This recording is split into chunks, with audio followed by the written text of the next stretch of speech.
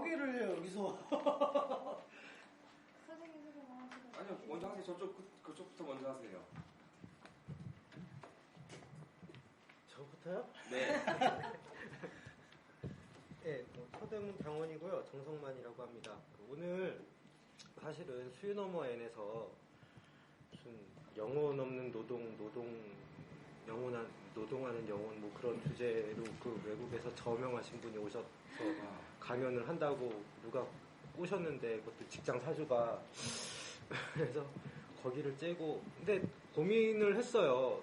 그 유럽에서 지금 뭐 그런 것들을 고민을 하고 있는데 왜 나는 아직까지 월급이 이래가지고 노동이고 지랄이고 영혼이고 뭐가 없나 그런 생각을 했고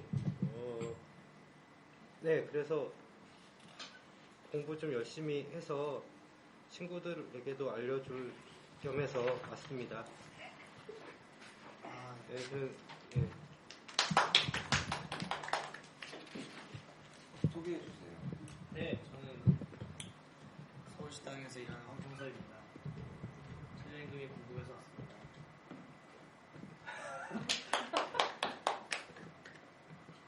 너도 오세요. 노원당역 이민수입니다. 지금까지 최저임금 관련해서 최저임금을 개괄적으로 보고 공부해서 좀 정확하게 운영했으면 좋겠습니다. 예, 정책위원회 홍원표입니다.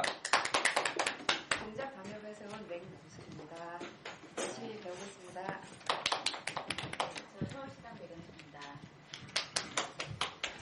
노동당 윤호수입니다. 근데 제가 별도로 교육 안 해도 다 최저임금 아실 만한 분들이신데 그래서 뭘 해야 될지 모르겠는데요. 일단은 그러면은 들어가기 전에 그 최저임금이 최초로 시행된 나라가 어딘지 아시는 분? 뭐 너무 어렵나요, 지금? 언제쯤 됐을까요? 최저임금이 도입된 게 때려 맞춰 보세요. 100년? 100년. 네. 20년? 150년? 150년. 20세기 초? 100년이잖아요. 50년? 19세기 말에 들어왔어요. 뉴질랜드에 처음에 생겼고요. 처음에 임금이 얼마인지 기억이 안 나요. 네. 그냥 흥미를 끌어보려고 했는데 별로 흥미가 안 생기는. 요 자료집은 제가 사실 핀트를 잘 못 맞출 것 같아서 어느 정도의 논의를 해야 되는 아주 기초적인 내용들을 중심으로 만든 거예요. 당원 및 일반인들이 봤을 때 했으면 좋겠다는 거고, 최저임금 제도라는 게 뻔하잖아요. 노동자 저임금을 보장해 주려고 하는 건데, 이거는 두 가지가 문제가 되겠죠, 그러면. 네.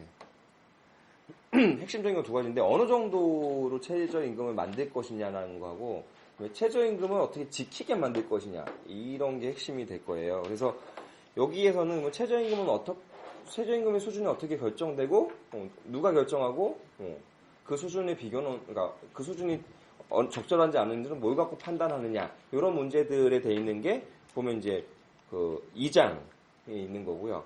그 다음에 최저임금을 잘 지켜야 되는데, 이게 되게 애매해요. 시급 얼마 이렇게 돼 있지만, 월급 환산은 한국은 좀 복잡하고 이래가지고, 그래서 어떤 경우에 최저임금 위반인지 아닌지를 사례를 이렇게 좀 유형화해서 좀 편하게 돼 있는 게 4장에 있는 거예요. 최저임금 위반 이럴 땐 의심해 보세요라고 돼 있는 거죠. 그래서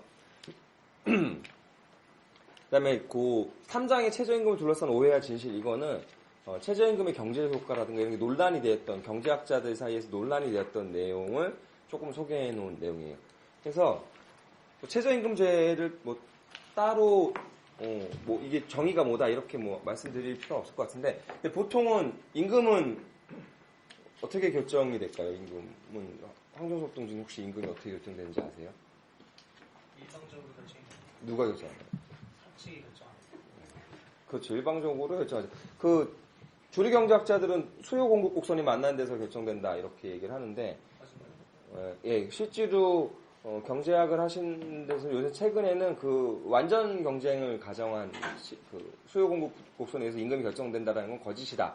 이런 얘기, 되게 이렇게 어려운 얘기들이 있는데, 그 얘기는 빼고요. 근데 어쨌든 노사가 결정을 해요. 보통은 노사가 합의하에 결정을 하는데 보통 노사가 자율적으로 협상을 해서 임금 협상을 하죠. 근데 사측이 노조가 없으면 노동자 개인이 결정을 하겠죠. 개인이 사측하고 해야 되는데 노동자 개인은 사측에 비해서 힘이 약하니까 일방적으로 결정이 되겠죠.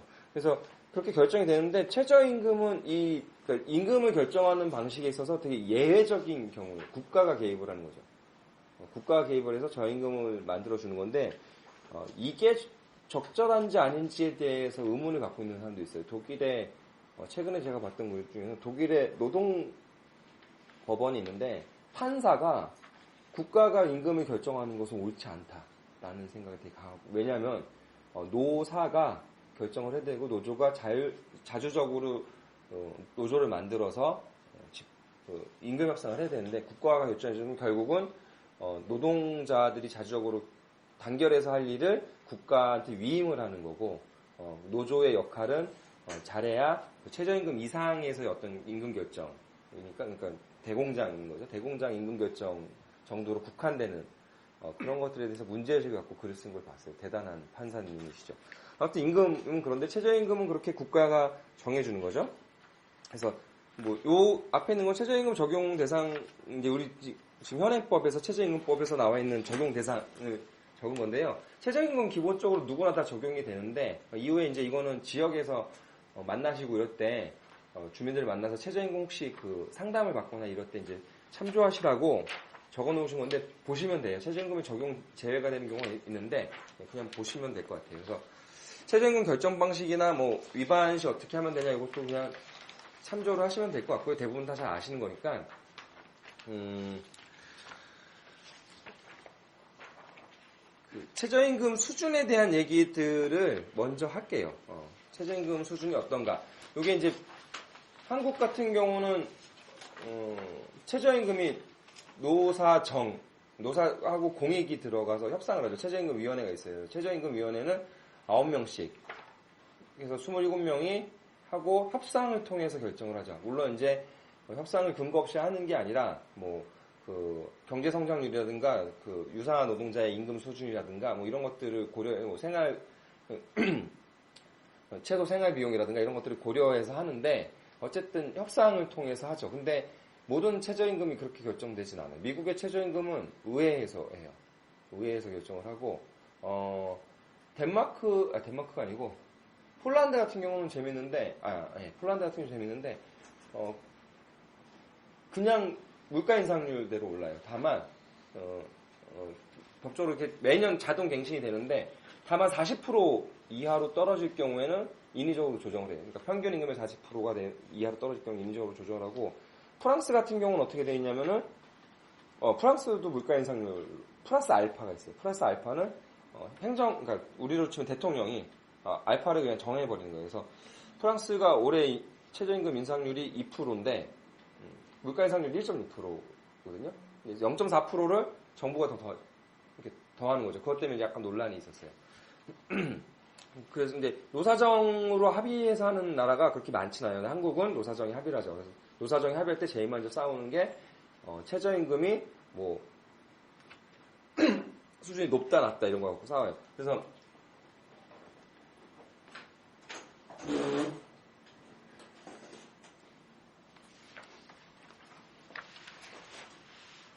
앉으시면 할까요? 아니면 그냥 할까요?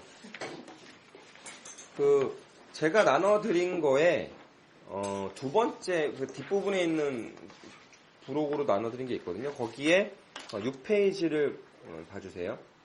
그래서 사용자 측이 뭐라고 얘기하냐면 한국의 최저임금은 충분히 정책 목표를 달성했다라고 얘기를 해요. 그러니까 그렇게 주장한 이유가 이미 중위값 대비 49.7%가 됐다라고 얘기하고 평균 대비 46.2%가 됐다.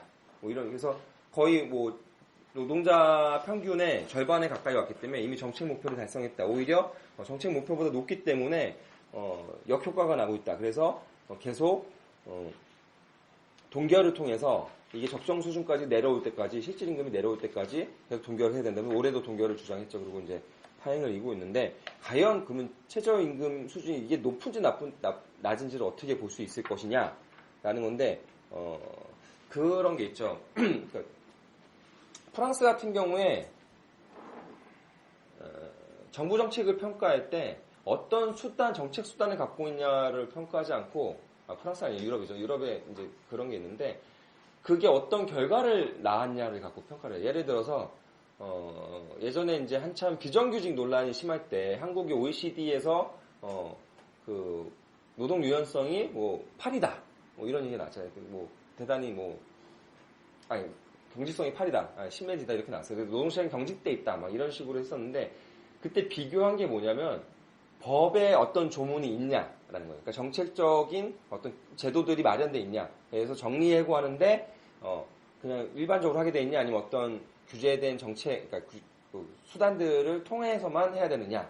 그다음에 비정규직을 사용하는데 그걸 마음대로 사용하지 못하고 거기를 비정규직 남용을 규제할 수 있는 수단들이 있냐 없냐 이런 걸 갖고서 평가를 한 거예요. OECD 그러니까 조문만 갖고 평가를 한 거죠. 근데 그렇게 평가할 때 문제가 생기는 건 뭐냐면 실제로 그게 현실에서 작동이 하냐 안 하냐를 판단할 수가 없어요. 그냥 그 제도가 있다 없다라는 것만 갖고 판단하는 거지 할 수가 없어요. 마찬가지로 이 최저임금 제도를 볼 때도 최저임금이 있냐 없냐 그 수준이 얼마냐 뭐 이렇게 평가할 수도 있지만 결정적으로 최저임금이 목표하는 바는 노동자들한테 적정한 생활이 될 수 있도록 저임금을 없애겠다. 저임금 노동을 없애겠다는 건데 그럼 최저임금의 결과로서 나타나는 저임금 노동자가 없어야겠죠. 줄어야겠죠. 한국은 저임금 노동자가 일단 많아요.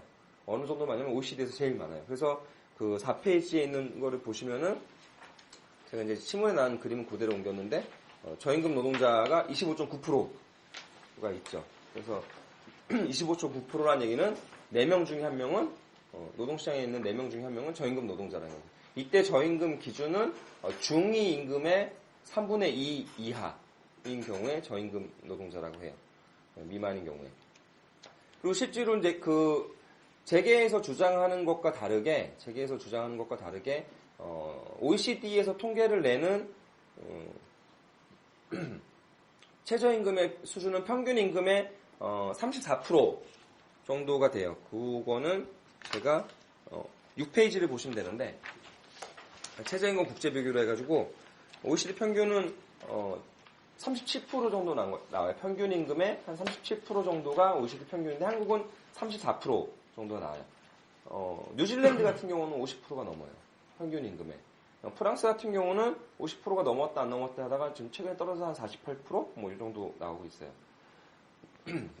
한국의 이 그래프를 보시면 알겠지만 뒷부분에 있죠. 하위권 뒤에서 6번째 7번째죠. 뒤에서 7번째 26개 나라 중에 그러니까 이거는 이제 최저임금이 있는 나라들만 대상으로 제도가 있는 나라들만 대상으로 해서 그러는 거죠. 그래서 저임금 노동자가 많고 평균 임금 수준에 비해서 최저임금이 낮은데 재계가 자꾸 동결을 주장을 하죠. 그러니까 재계가 그렇게 주장하는 것들은 통계를 갖고 좀 장난치는 게 있는 거죠. 다시 이게 좀 왔다 갔다 해서 죄송한데 제가 피곤해서 좀 정신이 없습니다. 그래서 최저임금 수준이 논란이 되는 이유를 그 뒤에 6페이지를 보세요. 그 앞에 자료 말고 두 번째 자료 6페이지. 노동계는 34%라고 주장을 하고 국제 통계도 34%라고 나오는데 재계는 50% 내지는 48%, 47% 이렇게 주장을 하고 있거든요. 왜 두 개가 다르냐? 두 개가 다르냐인데 첫 번째는 사용하는 통계가 달라요. 두 번째로는 비교하는 값이 달라요. 사용하는 통계 값이 달라요. 세 번째로는 비교하는 임금 단위가 달라요. 그래서 이렇게 달라서 수준이 달라지는 건데 그러니까 첫 번째 통계를 보면은 기본적으로 계속 최저임금 논의할 때 이전에 사용했던 것들은 사업체 노동력 조사라는 통계, 고용노동부에서는 그 통계를 사용을 했어요. 이 통계가 예전에 만들어진 것에서 점점점 이제 확대되어 왔는데 처음에는 상용 근로자 10인 이상만 그 대상으로 통계를 잡다가 이후에는 상용 근로자 5인 이상으로 확대를 하고 그 다음에는 그냥 노동자, 상용직이 아니어도 노동자로까지 해서 1인 이상 있으면 무조건 하는 이런 식으로 확대되어 왔어요. 근데 이제 과거에서 통계 연속성을 잡기 위해서 상용 근로자 5인 통계를 중심으로 주로 통계를 많이 뽑아서 봐요. 근데 이제 최근에 재계가 사용하는 고용 형태별 근로 실태 조사라는 걸 해요. 이게 이제 비정규직 문제나 이런 것들이 심각해지면서 고용 형태라는 거는 뭐 정규직과 그다음에 뭐 풀타임, 그러니까 풀타임, 그다음에 뭐 시간제, 아니 기간제, 뭐 이런 형태에 따라서 노동 실태를 보려고 만든 지 얼마 안 된, 도입한 지 얼마 안 된 통계예요. 근데 이 여기에는 이제 1인 이상 피고용인이 있는 경우에 다 통계를 잡아요. 그래서 재계나 노동부가 주장을 하는 거는 노동자 평균 임금, 저임금 노동자이기 때문에 1인 이상이 있는 사업장까지 모두 다 포괄하는 고용 형태별 근로실태 조사를 써야 된다라고 했는데요. 고용 형태별 근로실태 조사가 갖는 한계가 있어요. 이게 이 조사 대상을 가만히 살펴보면 외국인 기업이 빠져요. 한국에 와 있는 외국인 기업이 빠지고 공기업이 빠져요. 근데 공기업하고 외국계 기업은 대체적으로 임금이 높겠죠. 그러니까 고임금 직군이 빠진 통계를 갖고 와서 그것에 중위값이나 평균값을 쓰자고 하니까 다른 통계보다 수준이 낮은 걸 갖고 오는 게 되는 거죠. 그러니까 이것의 평균값이 다른 통계 평균값보다 낮게 나와요. 그러니까 한국의 그러니까 현지 최저임금에 비하면 최저임금 수준이 높게 나타나는 게 하나 있죠. 두 번째로는 재계가 되게 많이 사용하는 게 중위임금을 많이 써요. 중위임금을 많이 쓰고 노동계 평균임금을 쓰거든요. 중위임금하고 평균임금, 평균과 중위값을 설명을 드려야 될까요? 잘 아시죠, 다. 잠깐 하죠. 이거 주머니 넣고 해야 되나? 재미없죠? 졸리나요?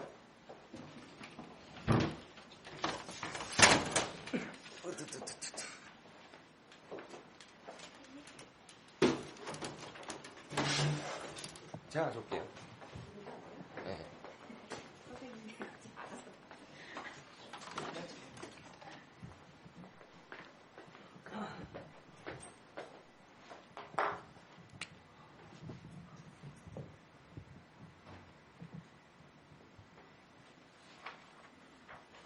이런 거 옛날에 수학 시간에 많이 배웠죠. 이게 이제 뭐 정규분포라고 하는데, 그러니까 예를 들어서 한 반에 키를 통계를 낼 때 키 큰 놈은 뭐 190 막 이런 놈이라는 표현을 쓰면 안 되네. 교육이니까 키 크신 분 190 넘고 이런 분은 많지 않아요. 전교생 뭐 한 600명, 700명 있으면은 한 5명, 6명 있겠죠. 그러니까 숫자가 적죠, 이렇게. 그리고 한 170 정도의 내외가 되는 데는 많이 있겠죠, 사람이. 그러니까 이제 그거를 표시한 거거든요. 그런 거. 임금도 마찬가지예요. 임금도 마찬가지인데 정규분포라는 거는 가운데에 사람들이 모여있고 극단적인 형태들은 적게 나타난다는 거죠. 근데 현시에서는 임금분포도 이렇게 되면 이게 되게 안정적으로 나타나는 게 될 거예요. 근데 현실은 이렇게 안 나타나고요. 그러니까 이쪽이 예를 들어서 빵원, 이쪽이 많이 이렇게 돼 있어요, 임금이. 그리고 이제 이게 이제 노동자 수겠죠. 노동자 수 이렇게 되면은 임금 분포는 이렇게 정규 분포로 나타나면 비교적 안정적일 건데, 자 이런 분포를 그릴 수가 있고, 색깔이 다른 걸 가져올게요.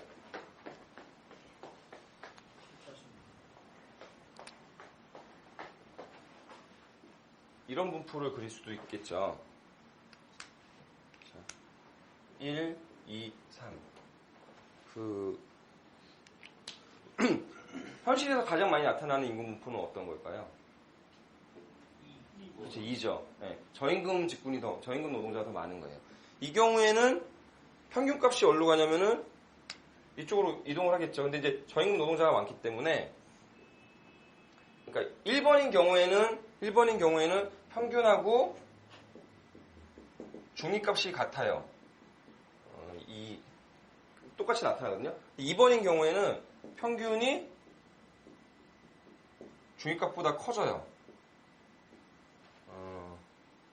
어렵나요? 그냥 외우세요. 3번인 경우는 반대가 되겠죠. 중위값이 평균값보다 커져요. 그러니까 중위값은 그냥 100명 있으면 50번째 놈이 받는, 50번째 분이 받는 월급이에요. 근데 평균은 그걸 다 더해가지고 숫자대로 그대로 나누는 거겠죠. 예, 이렇게 칩시다. 그러면서 이렇게 되니까 중위값이 더 낮게 나타나거든요. 근데 평균값을 안 쓰고 중위값을 써서 하면은 기준치가 더 낮아지니까 최저임금이 상대적으로 커 보이는 거예요. 그러니까 실제로 통계에 어떻게 나타나냐면은 그 시간당 평균 임금은 통계에 따라 다르지만 한 12,000원이 평균으로 정액급여로 따질 때 12,000원 정도가 평균으로 나타나는데 중위 임금은 9,000원에서 10,000원 사이로 나타나요. 9,500원에서 10,000원 정도 사이. 그러니까 한 20%가 떨어지는 거예요. 그러니까 현재 최저임금이 4,860원인데 그거를 비교하면 떨어지는 거죠. 근데 이제 저기에서 비교하는 건 올해 최저임금이 아니라 작년도 최저임금을 쓰는데 작년도 최저임금을 비교할 때 그렇게 되는 거예요. 그래서 이런 통계를 갖고서 중위값을 사용함으로써 그 실질적으로 약간 그 착시 현상을 보여주는 거예요. 최저임금이 높다는 식으로 재계가 주장하는 것들은. 그리고 이제 마지막으로는 이게 굉장히 복잡하진 않고요. 그 복잡한 제도 중에 하나가 유급휴일이라는 게 있어요. 유급휴일이라는 게 있겠죠. 그러면은 이제 우리가 한 달에 몇 시간 정도 일을 할까요? 209시간 일을 해요? 209시간. 자, 한 달은 보통 30일이 있고 30일로 칠게요. 30일로 치면은 4주 플러스 2일이죠. 예. 그럼 4주면은 일주일에 40시간 일한다면 160시간을 일하겠죠. 예. 160시간을 일하고 2일을 더 일하면은 16하면 176시간을 일하죠. 근데 이제 보통 한 이 정도를 실제로 일을 해요. 근데 노동법에서 이렇게 계산을 안 하고요. 이 30일, 31일 이런 것 때문에 어떻게 계산을 하냐면은 하루에 일하는 시간을 나눠요. 일주일을 하면은 40시간을 일하죠. 이거를 7로 나눠요. 그 다음에 여기다가 365를 곱해요. 그럼 1년치 노동시간이 나오겠죠. 그거를 다시 12로 나눠요. 그럼 이제 이게 평균치가 나오겠죠. 이거 계산해 볼까요? 될까? 그럼 이게 170 얼마가 나와요. 이렇게. 근데 문제는 이제 그 근로기준법에 유급휴일이라는 게 있잖아요. 유급휴일. 유급휴일이 뭔가요? 종속부장? 그리고 돈 받고 쉬는 날이에요. 유급휴일을 만든 거는 예전에는 그러니까 휴일을 의무화하는 거하고 유급휴일은 달라요. 그러니까 주 5일제라고 하면은 주 이틀을 의무적으로 휴일을 주는 거죠. 근데 그 이틀 동안 임금을 줄지 안 줄지는 모르는 거예요. 근데 이제 예전에는 막 부려먹고 쉬는 날 돈 안 주고 뭐 이러니까 그러니까 강제로 쉬고 거기에 따라서 임금을 주게 만들었어요. 그래서 유급휴일이라는 제도를 만들었죠. 지금 유급휴일은 주 1회를 주게 돼 있어요. 주 1회를. 그러면은 실제로 내가 주에 40시간만 일했지만 돈을 받는 시간은 48시간이 되는 거죠. 돈 받는 시간은. 그렇죠. 요거를 소정근로시간이라 근로기준법에서 소정근로시간이라고 하거든요. 소정근로시간이 하는데 돈 받는 근로시간이라는 거예요. 실근로시간이라고 하는 거는 요 40시간이고 소정근로시간은 48시간이에요. 이제 주 15시간 미만으로 일할 경우에는 유급휴일을 안 줘요. 근데 15시간 이상 일하고 40시간, 15시간 이상 일하면 유급휴일을 주는데 그 유급휴일은 무조건 이거 곱하기 5분의 1 하면 돼요. 내가 20시간 일했으면은 유급휴일은 4시간을 받아야 되는 거고 40시간 일하면 8시간을 받아야 돼요. 이게 돈 받는 노동시간이 되는 거예요. 그럼 이제 실제로 돈 받는 노동시간은 이 시간하고 다른 거죠. 여기다 놓고 계산하면은 이게 209시간이라는 게 나와요. 209.어쩌고저쩌고 나오는데 떼버리고 209시간 나오고 예전에 44시간 노동이 있을 때는 226시간이 나와요. 이렇게 계산하죠. 근데 이걸 거꾸로 가면 평균 임금이 얼마 이렇게 나오겠죠. 월. 근데 이 평균 임금도 그냥 전체 임금을 따지는 게 아니라 임금을 보면은 크게 세 가지로 구분을 해요. 정액급여, 그 다음에 초과급여, 그 다음에 특별급여 이렇게 구분을 해요. 그래서 나중에 요새 논란이 되고 있는 통상임금 문제가 이거하고 관련인데 정액급여는 말 그대로 정액이 나오는 거예요. 정액급여에는 뭐가 들어가면은 기본급 플러스 정액수당, 고정적으로 쓰는 수당 있죠. 뭐 나이 따라 준 나이수당, 근속수당 뭐 이런 것들, 뭐 아니면 뭐 가족수당, 교육수당 이런 것들을 주게 되면은 이게 정액급여가 돼요. 정액급여가 되고 초과급여는 말 그대로 초과노동시간에 따른 거겠죠. 이거는 이제 연장노동에 따른 뭐 야근을 하거나 주말 노동을 하거나. 특별급여는 두 가지가 있어요. 정기상여하고 비정기상여가 있어요. 비정기상여는 그러니까 일반적으로는 이걸 뭐라고 표현하면 우리는 보너스라고 표현하고 이거는 성과급이라고 표현하지 밑에 거는 뭐냐면은 보너스는 보너스 400% 이러면은 어떻게 되나요? 그쵸? 1년에 4번 나와요. 1년에. 그러니까 월급의 4배, 400% 보통 이렇게 표현하죠. 정기상여가 된 거면은 석 달에 한 번씩 나온다는 얘기죠. 비정기상여는 그러니까 이 성과급이라는 건 뭐냐면 예를 들어 삼성이 돈을 많이 벌어가지고 올해 이윤이 많이 나왔어요. 그래서 보통은 이게 이제 법인세 내기 싫어가지고 그냥 임금으로 다 줘버려요. 그래서 법인세 이렇게 좀 줄이려고 그렇게 하는데 연말에 뭐 성과급 1000% 줬다 뭐 이런 얘기 들어봤죠. 옛날에 조선일보에서 1000% 줬다 이런 얘기 들어봤나요?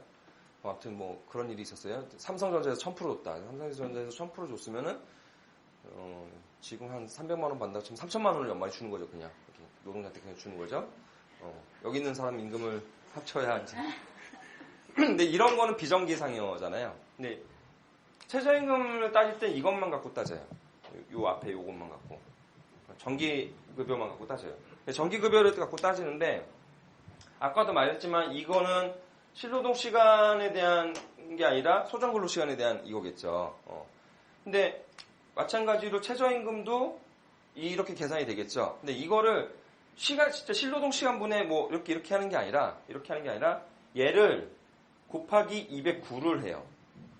그러니까 법적으로는 주게 돼 있으니까 소정근로 시간을 주게 돼 있으니까 유급휴일에 대한 유급휴일에 대한 그걸 급여를 다 준다라고 생각을 하고 최저임금 곱하기 209를 한 다음에 월급으로 얘하고 비교를 해요. 실제로 얘하고 그럼 얘를 시급으로 실노동 시간에 대한 시급으로 나누는 게 아니라 이렇게 구분하거든요. 그러면 얘가 높게 나와요. 근데 실제는 어떠냐면은 그 비정규직 통계 이런 거 보면 나오죠. 이제 그 비정규직 통계 같은 걸 보면은 근로조건, 노동조건에 대한 항목 중에 되게 많은 게 제일 먼저 게 뭘까요? 이렇게 앞에 있는 게 퇴직금, 4대 보험, 그 다음에 야근수당, 유급휴일 이런 게 나오거든요. 유급휴일 수당을 주냐 안 주냐 이런 건데 비정규직은 30% 정도밖에 못 받아요. 유급휴일을. 그렇죠? 그럼 실제로 내가 209시간치 임금을 받아야 되는데 한 170시간치밖에 임금을 못 받아요. 그렇죠? 그러면 주당 최저임금으로 일해가지고 올해로 4,680원을 치면 한 101만 원을 받아야 되는데 실제로는 사업주가 유급휴일을 떼먹고 그러니까 70%의 사람들이 유급휴일을 떼먹고 한 20만 원 더 주는 거죠. 20만 원까지 나니까 한 15만 원 정도 더 주는 거죠. 그래서 한 85만 원만 주게 돼요. 요거 갖고 그 계속 해가지고 잘했던 게 그 청년 유니온에서 했던 카페베네 수당이 이 문제를 갖고 했던 거죠. 뒤에 나오긴 나오는데 뭐 이럴 경우 의심해 보세요. 그러니까 이런 식으로 최저임금을 월급으로 환산한 다음에 지금 정액급여를 받는 것하고 비교를 하니까 수준이 다소 높게 나와요. 왜냐하면 현실적으로 받는 임금이 아니고 저기기 때문에. 그러니까 이런 통계 조작을 통해서 최저임금이 충분히 높다라는 주장을 하고 있는데 아까도 말씀드렸지만 무엇보다 중요한 거는 그로 인해서 저임금 노동자가 얼마나 감소했는가라는 건데 한국의 저임금 노동자는 몇 해 전부터 계속 25% 수준을 계속 유지하고 있어요. ILO나 뭐 OECD나 이런 데 봤을 때. 그래서 실제로 저임금이 그 최저임금이 높은 게 아니다. 저임금이 되게 높다. 이러는 거고요.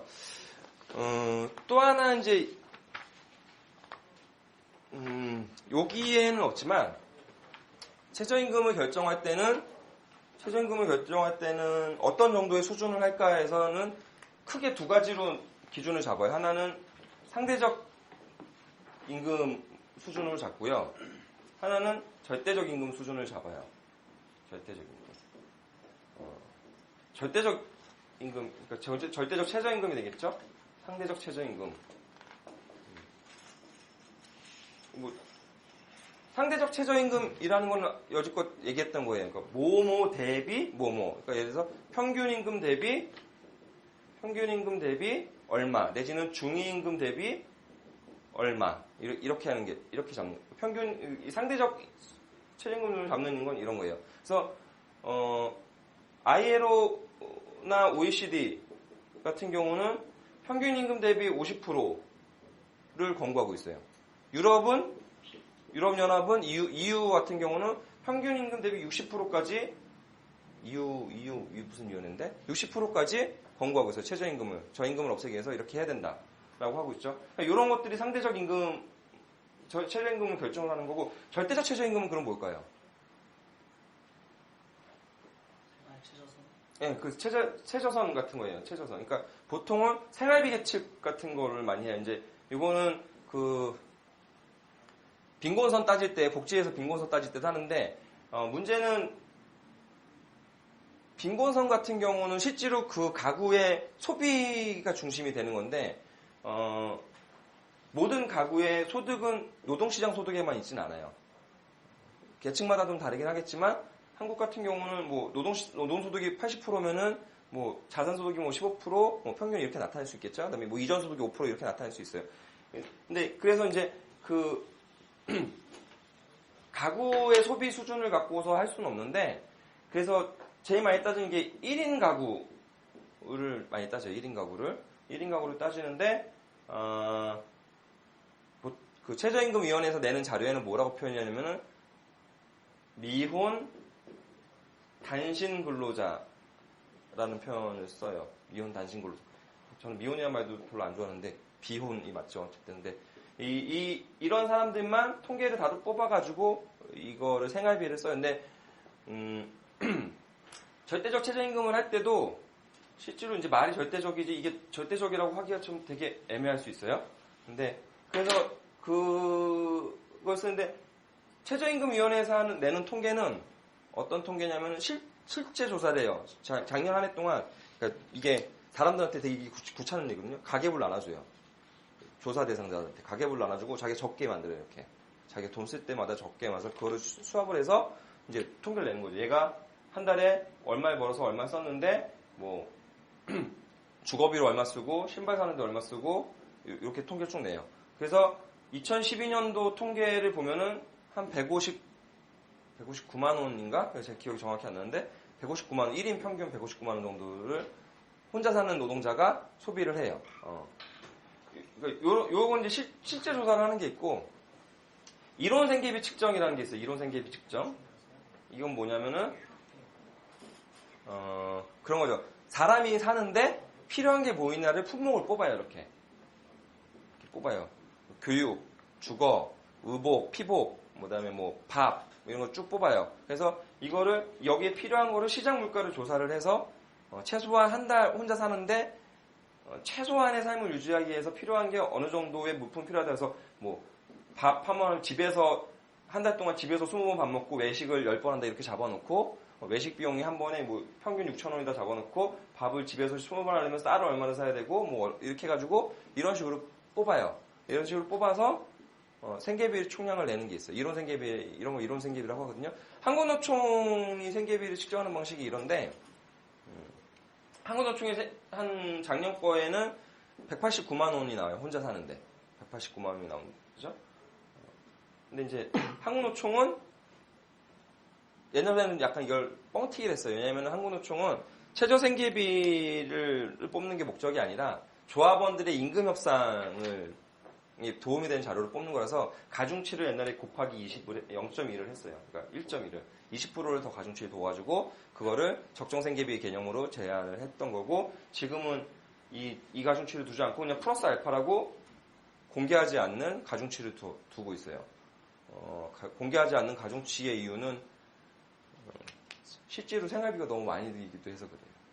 그러니까 민주노총 같은 경우 4인 가구를 하면은 민주노총 조합원이 대기업들이잖아요. 민주노총에서 조사한 실태조사 4인 가구는 4인 가구 한 달에 얼마 쓸 것 같아요, 평균?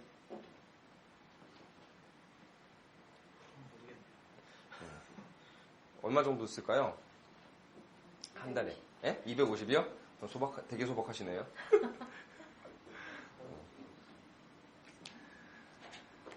민주노총 통계가 500만 원이 넘어요.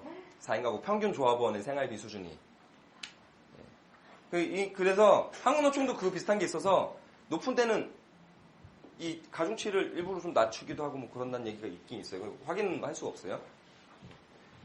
어쨌든 이거를 기준으로 이만큼이 필요하다라고 얘기할 수 있는데 경총은 또 이것도 재계는 다르게 얘기해요. 재계는 1인 생계비를 80 얼마로 뽑아요. 이 근거는 뭐냐면 하위 25%의 생계비를 갖고 뽑아요. 그러니까 전체 평균을 잡는 게 아니라 하위 25%의 생계비를 갖고 뽑아요. 그래서 이게 뭐 절대적인 최저임금 선을 잡는 게 맞냐, 상대적인 게 맞냐, 이거는 뭐 답이 없어요. 답은 없는데 그 흐름은 소득 수준이 낮은 경우에는 절대적인 수준을 잡는 경우가 많고요. 소득 수준이 높아지는 경우는 상대적 수준을 잡는 경우가 많아요. 그러니까 소득 수준이 낮다는 건 절대적 빈곤에 처할 가능성이 높기 때문에 절대적인 임금 기준으로 그러니까 생활비 기준으로 잡는 거고 절대적 기준으로 잡는 거고 소득 수준이 높아질 경우에는 상대적 박탈감이 절대적 빈곤보다 더 크기 때문에 상대적 기준을 더 많이 써요. 그리고 아까 이것도 똑같이 마찬가지인데요. 이렇게 되겠죠. 아까 그 최저임금위원회에서 했던 1인 가구 생계비 얘기했던 거 있잖아요. 1인 가구 생계비를 보면은 혼자서 350만 원 쓰는 사람이 있어요. 한 사람이 있다는 게 아니라 이런 계층이 있어요. 상위 10%나 5%는 그렇게 써요. 350만 원. 여기를 보면은 30만 원 정도밖에 못 쓰는 사람도 있어요. 그렇죠. 이거를 그냥 이렇게 평균이 159만 원이다 해서 159만 원을 쓸 거냐, 아니면은 이런 것들을 어떻게 보정하고 쓸 거냐, 이런 것들은 항상 논쟁이 돼요. 만약에 그 생계비 절대적 기준으로 한다고 해서. 그래서 이제 최저임금위원회에서는 여기를 잘라내요, 이렇게. 요걸 또 최근에 이렇게 잘라내가지고 얘는 너무 많이 쓰고 얘는 너무 적게 쓰니까 얘네 빼고 요것만 갖고 통계를 낸다. 그러면 이거 한 150만 원? 그래서 요거보다 한 5% 정도 줄어드는 액수가 나와요. 근데 경총은 잘라내서 이쪽만 본 거예요. 왜냐하면 최저임금이기 때문에 저소득층 기준으로 잡으면 된다. 이렇게 해서 여기만 봤고, 제가 통계적으로 해보진 않았는데 대충 그 소득 곡선은 이렇게 되겠죠? 소득 곡선은 이렇게 되고 소비 곡선은 이렇게 될 가능성이 커요. 그림이 좀 그렇다. 소득을 이렇게 잡으면은 소비 곡선은 이렇게 될 가능성이 커요. 그죠? 이게 뭐냐면은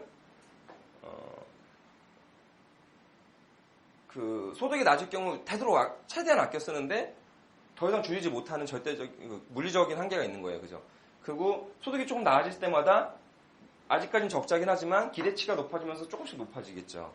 근데 어떤 지점에 가서는 소득이 높아져도 소비가 늘어나지 않아요. 한 사람이 한 달에 3천만 원 쓰고 막 이런 건 쉽진 않아요. 쉬울까요? 저는 모르겠어요. 매번 그렇게 쓰는 건 쉽진 않을 거예요. 평균적으로는 그래요. 그러면은 이 점이 있겠죠. 이 점이 여기에서 시사하는 바가 있어요. 1인이 사는 바가 시사하는데 이 점이 어느 정도에서 형성되는지는 제가 노데이터를 보지 못했어요. 이렇게 잡을 수도 있어요. 근데 이렇게 잡는 경우는 못 봤어요. 무슨 얘기인지 아시겠죠, 이게? 그러니까 이 경우에는 어쨌든 소득이 자기의 생활 기대, 어떤 상대적 기대를 포함한 생활 수준을 만족시키지 못한다는 거죠. 계속 적자를 보고 있다는 거니까. 근데 어느 수준에 가면 이게 역전이 되는 경우가 있겠죠. 평균적으로. 요 정이 적정한 생활 임금이다라고 할 수도 있는 거예요. 근데 이렇게 잡는 경우는 저는 보지 못했어요. 아무튼 뭐 이렇게 잡을 수 있는데 뭐가 맞다 틀리다 이렇게 할 수는 없어요. 그래서 이쯤에서 논란이 되고 있는 게 있잖아요. 크게 운동진영에서 하는 게 평균임금 50%가 있고요. 생활임금 개념이 있고요. 10,000원이 있어요. 이렇게 있죠. 이런 얘기도 들어보셨죠? 근데 이거는 이제 당도 참여하고 있는 최저임금연대에서 하는 거고, 1만 원 위원회하고 알바연대 이렇게 하고 있죠. 생활임금을 주장하는 단위가 있기도 하고 개인들이 있어요. 근데 구체적으로 숫자를 제시하는 건 제가 아직 문외한이어서 다 못 봐서 그런지 모르겠는데 자세히 보진 못했어요. 그래서 이 경우에는 아까 얘기했던 그 절대적 기준을 중심으로 잡자라는 거예요. 근데 그 절대적 기준이 정말 이렇게 빈곤선 이런 게 아니라 어느 정도 적정한 수준이 삶이 가능한 그거를 뽑자. 그래서 그 생활 개념으로 잡자 이런 거고, 평균임금 대비 50% 이거는 계속 주장하고 있는 거고 국제적인 기구에서 제시하고 있는 거겠지만 이거는 뭐 역관계에 따라서 어떤 통계를 사용할 거냐 아니면은 50%로 할 거냐 60%로 할 거냐 이건 계속 논란이 될 수 있어요. 10,000원 주장에 대해서는 제가 볼 때 이렇게 그 근거를 명확하게 제시하진 않아요. 근데 10,000원은 되게 좋은 주장인 것 같아요. 대중들한테 이 정도는 돼야지, 뭐 저임금 없으면 이 정도는 돼야지 이런 것들을 아주 직관적으로 알려줄 수 있는 숫자라고 해서 보는데, 근데 최근에 제가 이제 이런 얘기를 하다가 약간 뭐 이런 입장들이 근데 뭐가 더 맞다 틀리다 하긴 되게 어려워요. 뭐가 더 맞다 틀리다 하기 어렵지만, 근데 이제 이거를 근거를 대는데 최근에 제가 봤던 것 중에 근거를 좀 잘못되시는 분들이 있어서 게시판에 한번 적었었는데, 이제 예를 들어서 아까 159만 원 얘기했잖아요. 저기 1인 생계비 159만 원. 이거에 맞춰야 된다 그래서 10,000원 정도 하면은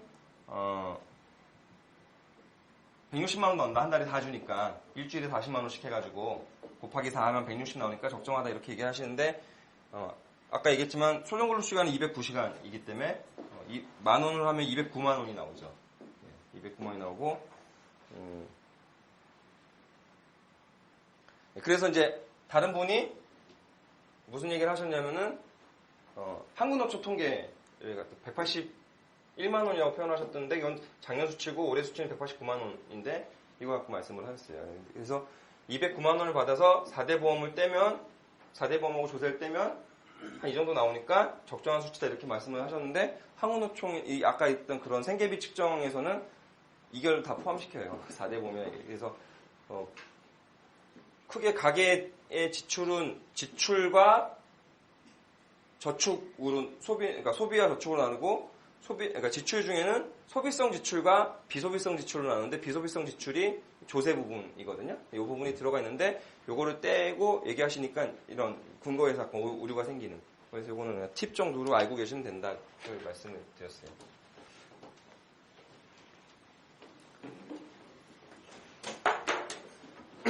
예, 대충 최저임금 수준에 대한 얘기는 이런 게 있어요. 그래서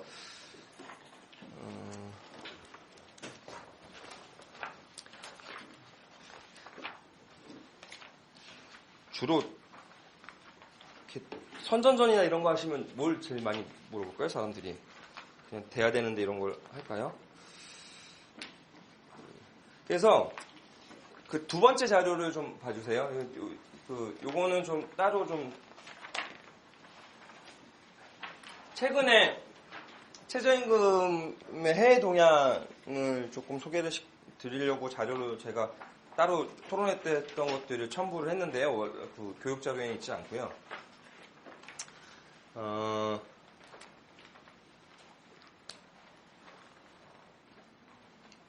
최저임금이 다 많이 오르거나 그러지 않아요. 당연히 그렇겠죠.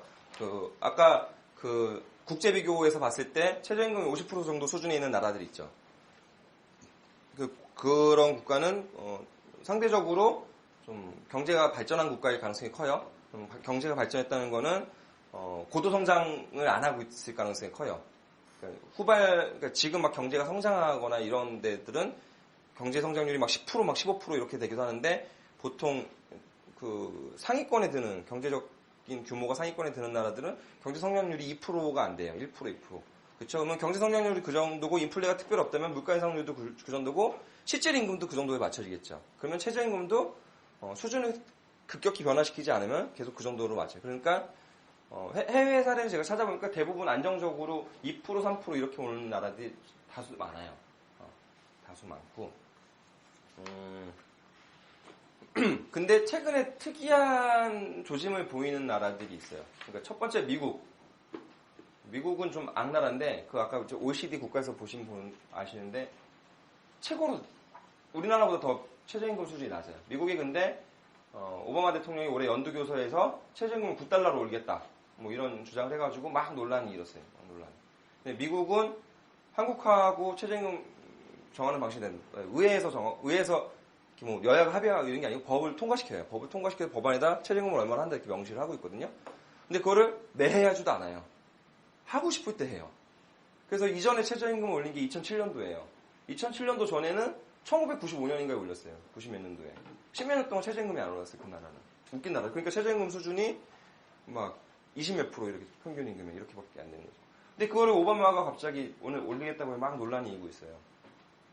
미국이 처음에 최저임금을 도입한 게 40년대인가 그런데 그때 도입할 때 제조업 임금의 40%를 잡고 했거든요. 그 수준이 60년대 후반, 한 68년, 70년 초반까지 이렇게 유지가 되다가 70년대 그 5.1 쇼크가 있었잖아요. 그 공황 이러면서 떨어졌어요. 떨어지고 80년대 되면 뭐가 되죠? 신자유주의가 들어오죠. 영국의 대처와 미국의 레이건. 레이건이 쫙 눌러버렸어요. 그럼 의회에서 이렇게 올리니까 안 올린 거죠. 공화당에서 안 올린 거예요. 그래가지고 40년대 40% 평균 임금의 40% 수준을 맞춰서 출발한 최저임금이 적정 수준, 그 정도 수준을 계속 유지하다가 68년 이후에 떨어져요. 그리고 80년대 이후에 계속 떨어져요. 그래서 90년대 중반에 한번 올렸으나 그 여전히 떨어져가지고 지금 20% 좀 넘게 있는 수준이죠. 그래서 그 문제 때문에 2007년도에 한번 올렸으나 이번에 또 올리자 이런 얘기했어요. 근데 올리는 퍼센테이지가 그렇게 높지 않아요. 그래서 오바마가 낸 게 0.9달러 정도씩 3년을 올린다 하는 거하고 그다음에 제도를 바꾸자고 해요. 그 이후에는 물가 인상률 연동해서 자동 인상하자 이런 거를 낸 거예요. 그것 때문에 막 논란이 일었어요. 그 논란은 제가 조금 이따 소개를 시켜드릴 거 될 것 같고요. 영국도 신자유주의 국가죠. 영국 같은 경우는 올해 인상률이 2% 정도밖에 안 되나 뭐 그래요. 근데 영국이 특이한 건 뭐냐면 최저임금 제도를 없애었어요. 영국은 대처가 들어와서 최저임금 꼭 없앴어. 이런 거 필요 없어. 그리고 그러니까 그 신자유주의 경제학자들은 그 실업을 만들거나 이런 것들은 정부가 시장에 개입하기 때문에 시장 교란이 생겨서 생기는 문제다. 그러니까 쉽게 생각하면 수요 곡선이 이렇게 있잖아요. 자, 이거는 공급 곡선인가요? 이게 수요겠죠. 노동에서 수요는 기업체예요. 노동력을 사는 사람들. 공급은 노동자예요. 그죠? 이게 임금이겠죠, 임금. 임금이 높아지면 노동자들은 더 많이 취업하려고 한다. 임금이 높아지면 기업은 안 쓰려고 한다. 그래서 이게 왔다 갔다 해가지고 적정 수준에서 임금 수준하고 고용량하고 이게 만들어진다. 이게 이제 기본적으로 신자유주의자들의 얘기거든요. 근데 걔들이 이제 최저임금을 반대하는 이유는 이거를 임금을 이만큼 높여놔요. 억지로. 최저임금이 이만큼 높여놓죠. 그럼 어떻게 돼요? 취업을 하려는 사람은 늘어나겠지만 기업은 사람을 안 쓰려고 한다라는 거죠. 이렇게. 네, 그러면 이만큼의 실업자가 생긴다는 거예요. 그죠? 정부가 개입을 하면 이만큼의 실업자가 생기고 이건 경제에 악영향을 미친다. 이래가지고 제처가 들어와서 저걸 빵 날렸어요. 빵 날렸는데 그렇게 살아보니까 이게 문제가 심각한 거죠. 그래서 90년대 초반에 최저임금을 다시 도입을 했어요. 최저임금을 다시 도입을 했는데 다시 도입하면서 대충 도입을 했었어요. 대충 도입을 해가지고 막 안 지켜도 대충 봐주고 이랬었는데 어쨌든 99년부터 적용을 해가지고 99년부터 적용을 했나? 10년 동안 영국 정부는 평균 임금 그러니까 인상률보다 임금 전체 임금 인상률보다 높은 수준의 임금 인상 그러니까 최저임금 인상률을 올렸어요. 그게 4%거든요. 평균 10년 동안 4% 정도 연평균 4% 유지한 건데 그래서 지금 영국 같은 경우 보면 이제 저기 아까 그 국가 비교 나오는데 한 40% 정도 평균 임금의 40% 정도까지 한 30몇 프로에서 시작해가지고 이렇게 끌어올린 거예요. 끌어온 거죠. 신자유주의 국가에서 최저임금 제도 다시 도입을 해서 평균 임금보다 높게 계속 인상을 했다라는 거는 그만큼 저임금 문제를 해결하는 게 정부가 개입해서 해결하는 게 더 바람직하다라는 거를 신자유주의 바른국에서 얘기를 한 거죠. 마지막으로는 중국과 동남아가 있어요. 제가 최근 몇 년치 살펴본 것 중에서 최저임금이 가장 많이 오른 나라가 있는데 오만이라는 나라에서 최저임금을 63%로 올렸어요. 엄청나게 올렸죠. 근데 그 나라는 얘기를 들어보니까 기름 팔아서 먹고 사는 나라라고 하더라고요. 그런 나라까지 얘기할 수는 없고 중국이 경제계획 그러니까 옛날에 그 박정희 때 우리가 5개년 계획 이런 거 있잖아요. 중국이 그런 걸 세워요. 계획경제 국가인지 모르겠지만 아무튼 5개년 계획을 세우는데 5개년 계획을 세우면서 무슨 얘기를 하냐면은 임금 배증이라는 거 얘기를 해요. 임금 배증 계획이라는 걸 만들어요. 임금 배증은 임금을 2배로 올리겠다는 거예요. 언제부터 언제까지? 2010년부터 2015년까지 전체 노동자 임금을 2010년 수준의 2배로 만들겠다는 거예요.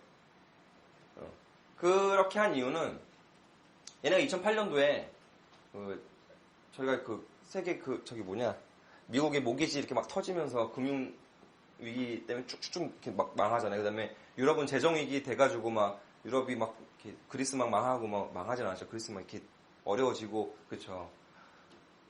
동남아 국가들은 대부분 수출 의존형 경제 경로를 밟아왔어요. 한국이 대표적이고 일본도 뭐 그렇고 일본은 내수 시장이 당연히 되게 크죠. 일본은 경제력과 인구가 있기 때문에 내수 시장이 큰데 중국도 수출 지향인 거예요. 전 세계에 메이드 인 차이나 없는 게 없잖아요.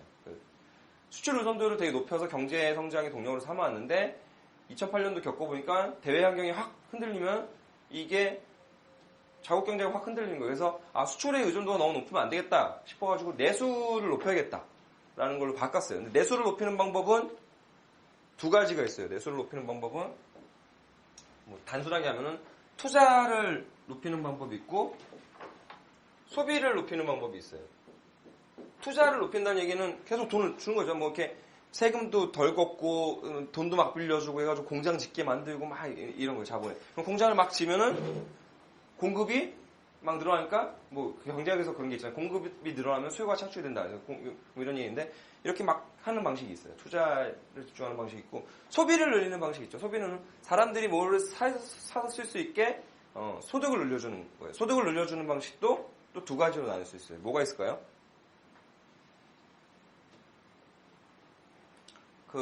복지국가라고 하잖아요. 복지국가. 넓은 의미의 복지국가는 다 있지만 좁은 의미의 복지국가는 재분배 정책을 강하게 쓰는 나라들인 거죠. 재분배 정책이라는 거는 세금을 많이 걷고 그다음에 사회복지 기금을 많이 주고 뭐 현금을 주든 아니면 사회 서비스를 주든 예를 들어서 육아 같은 거를 공짜로 서비스를 해주면은 육아에 쓸 돈을 사람들이 다른 데 쓰게 되겠죠. 이런 식의 재분배. 중국은 또 어떤 나라예요? 원래 사회주의 국가였잖아요. 중국이 제일 많이 갖고 있는 게 뭐가 있어요? 공기업을 갖고 있겠죠. 공기업. 한국보다 공기업이 훨씬 많겠죠. 공기업이 알짜 기업들도 많아요. 공기업에서 버는 돈도 있겠죠. 이런 거를 국가 정부로 이관해서 지출을 할 수도 있어요. 그러니까 정부 지출을 늘리는 방식이 있는 거죠.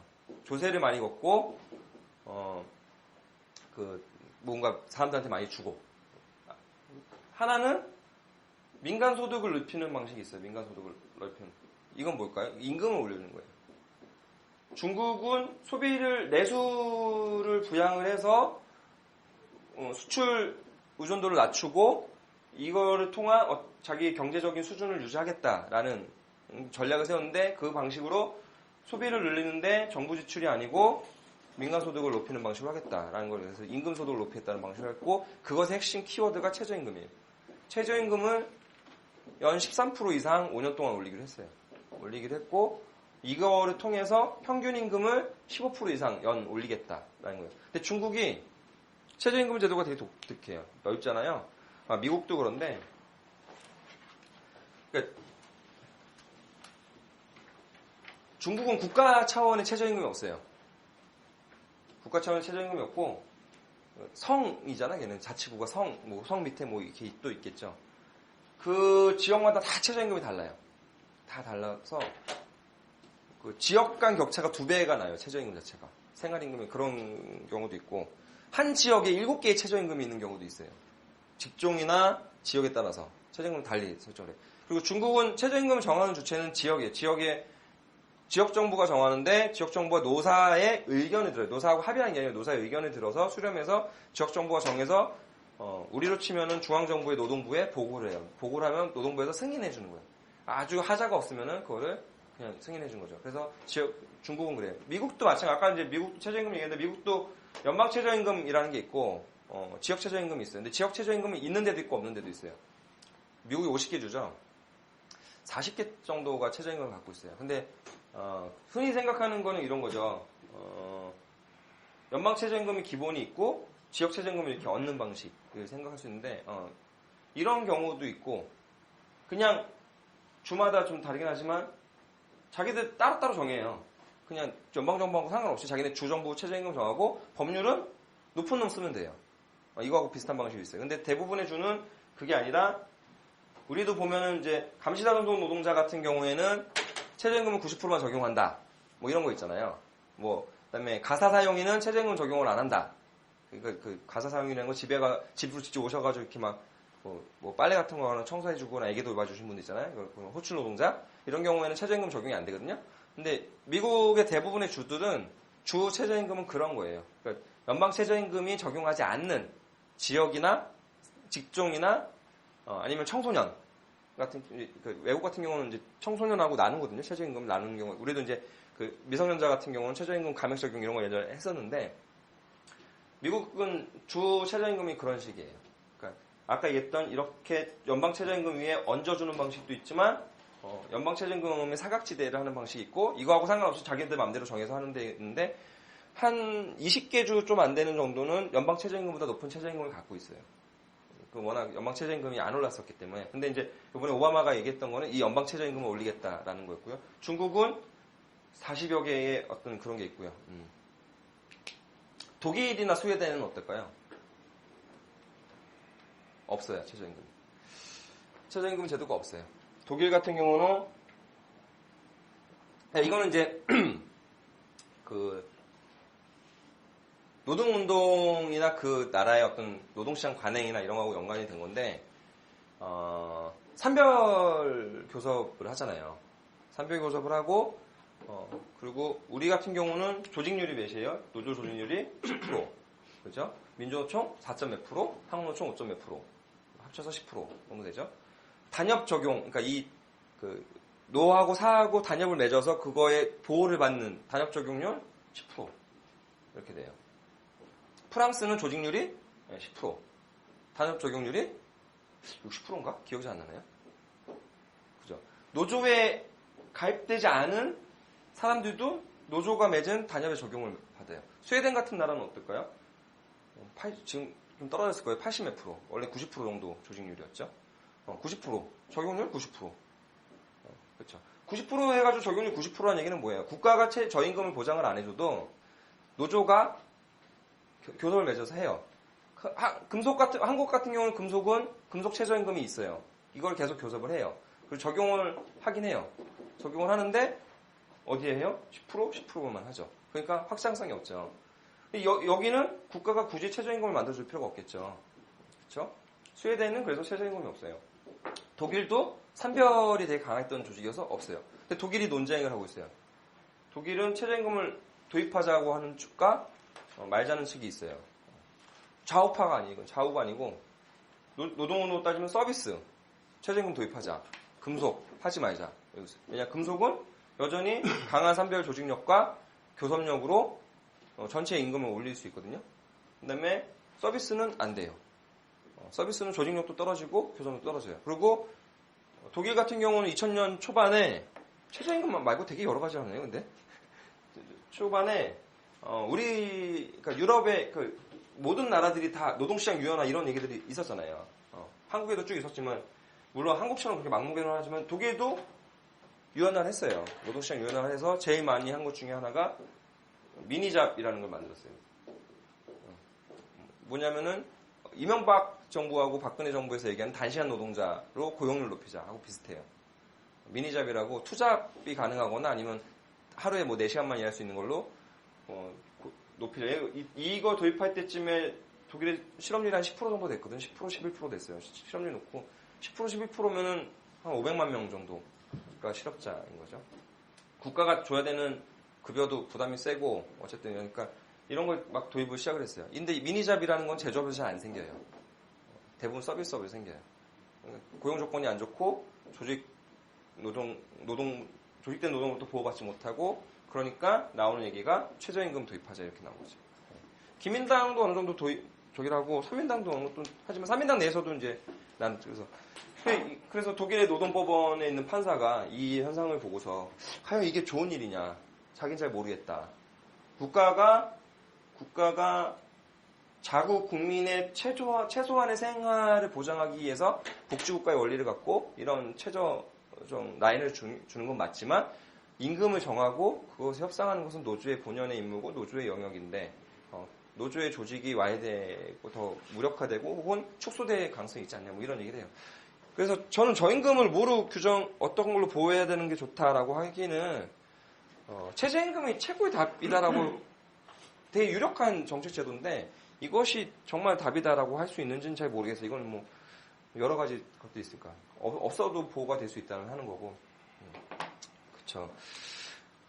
그래서 중국 얘기에서 좀 더 해야 되는데 중국이 그렇게 하잖아요. 근데 중국만 그러는 게 아니에요.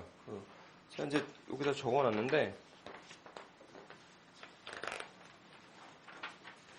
별 볼 일 없는 나라인 것 같지만 좀 눈여겨보는 흐름이 될 수 있는 게 제가 두 번째 나눠준 자료에 4페이지를 보시면 있는데 5페이지 4페이지 하단에 있네요. 중국하고 비슷하게 동남아시아 국가들도 최저임금을 높이고 있어요. 아까 중국하고 똑같은 면에 내수를 통한 경제성장을 하겠다라는 그런 자기 전망을 갖고 높이고 있는데 태국이 35% 인상을 예정을 하고 있어요. 예정을 했는지 안 했는지 모르겠어요. 필리핀이 30%를 인상을 해요. 인도네시아가 18%를 올릴 생각이고 말레이시아는 없었는데 최저임금을 도입할 예정이에요.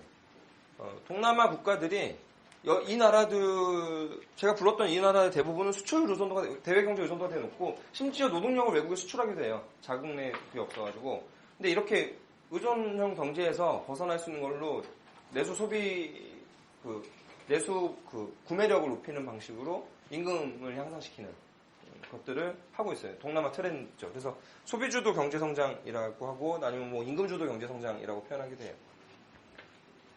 다소 케인즈 같은 발상이긴 한데 조금 달라요. 케인즈는 총소요를 높이는 방식에서 국가의 역할이 되게 강하게 했지만 여기서는 어쨌든 1차 분배가 일어나는 노동시장에서 소득 재분배 문제를 개입을 하고 있는 거죠.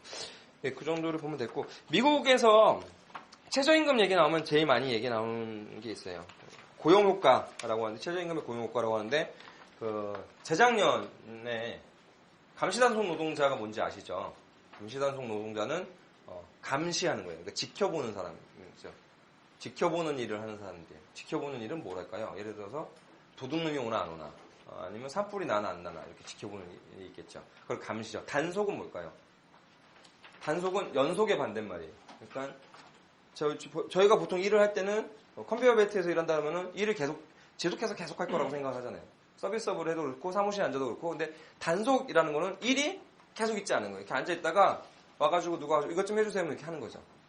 아파트 경비 같은 경우 경비 일이 지속적으로 계속 있는 일이 아니고 단속적으로 일어나는 일이라고 이렇게 해서 얘기를 해요. 그래서 감시단속 노동자는 그래서 노동시간을 풀로 다 24시간씩 하잖아요. 24시간씩 뭐 막교대 하는 경우도 있고 24시간 막교대 하는 경우도 있고 12시간 교대하는 경우도 있는데 이거를 다 최저임금 다 24시간 최저임금 보장해주면은 얼마일까요? 계산이 될까요 이게? 24시간이면 24시간 한다고 치면 기본 8시간 곱하기 얼마? 이렇게 나오겠죠? 그 다음에 나머지 16시간은 곱하기 1.5를 해야 돼요. 왜냐면은 연장 노동은 6배 하니까. 그 다음에 10시부터 4시까지죠? 맞나? 10시부터 4시까지? 를 하는 경우에는 또 1.5배를 해줘야 돼요. 그러면은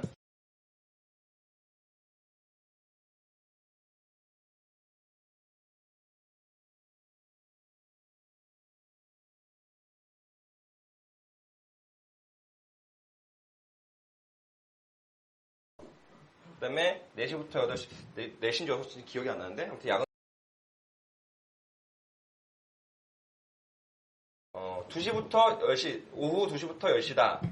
오후 2시부터 10시인데, 어떤 날, 새벽 4시까지 일했다. 이렇게 되잖아요. 이 경우에는, 이건 8시간 주고, 여기는, 연장 노동이기 때문에 0.5배를 하겠죠. 그리고, 야근이기 때문에 또 0.5배를 하겠죠. 그래서 곱하기 2를 줘요. 무슨 말인지 알겠죠? 자기의 정규 노동 시간이 야간 노동일 경우에는 그냥 0.5만 받고, 연장 노동일 경우에 무조건 0.5를 받는데 그게 야간 노동이 겹치면 또 0.5를 받아요. 그래서 24시간을 하면은 기본 8시간에 대한 1배 요금을 받고, 1.0을 받고, 연장 노동에 대해서 무조건 1.5를 받고, 야근 노동 시간이 연장에 포함되어 있으면 0.5를 받고, 이렇게 되겠죠? 이렇게 계산하면은 제가 예전에 한번 4시간 휴식을 갖고 24시간 맞교대하는 거를 계산해 봤는데 그때 최저임금 월 환산액이 한 90만 원 나올 때 200만 원 넘게 나왔어요. 뭐 하여튼 많이 나와. 감시노동 노동자 같은 경우는 이렇게 하니까 최저임금을 감액 적용하자고 막 주장을 해가지고 예전에는 이제 최저임금 적용을 안 했다가 적용을 하는데 80%만 적용하고 재작년에서 작년으로 넘어올 때 100% 적용하기로 약속했는데 노동부가 그거 어기고 90% 적용을 했어요. 10% 올린 거죠. 10% 올리면서 재계에서가 아니고 신문에 그런 기사 맞죠. 최저임금 적용되니까 아파트 경비원도 다 잘렸다. 뭐 이런 얘기 기사 보신 적 있나요? 그게 아까 얘기했던 이거 있잖아요. 이거. 원래 이제 여기서 고용과 임금이 결정이 돼야 되는데 정부가 임의로 올렸더니 수요는 줄어들고 공급은 늘어나서 이만큼의 실업자가 생겼다. 이렇게 주장하는 거에 현실이 그렇다라고 주장을 하는 거죠. 근데 오바마가 발표하고 나서도 이게 논쟁이 됐거든요. 논쟁이 됐는데 이 논쟁은 90년대 초반에 미국에서 경제학자가 이름이 생각이 안 나는데 주가 이렇게 2개가 붙어 있었어요. 아까도 말씀했듯이 미국은 주가 최저임금을 정한다 했잖아요. 주가 최저임금을 정하는데 여기 경계에 있는 요런 이제 경계에 있는 동네에 이거는 패스트푸드점이에요. 햄버거 가게인데 여기는 최저임금을 올렸어요. 여기에는 최저임금이 동결이 됐어요. 그러면 주장대로 하면 어떻게 돼요? 여기에 실업이 늘어나겠죠. 최저임금을 올렸으니까 사람들이 더 쓰려고 하고 늘어나야 되겠죠. 그래서 이게 그렇게 됐나? 하고 봤어요. 근데 고용이 변화가 없어서 실업자가 늘지 않았어요. 그래서 임금이 올라간다고 그게 바로 실업자가 되는 건 아니다. 이런 얘기를 해요. 왜 그럴까? 고민을 했어요. 왜 그럴까 했는데 막 곡선이 복잡해지는데 이제 선이 한 3개쯤 나오는데 이렇게 되는데요. 이렇게 그리는 게 맞나? 모대음을 안 하는 게 좋을 것 같아요.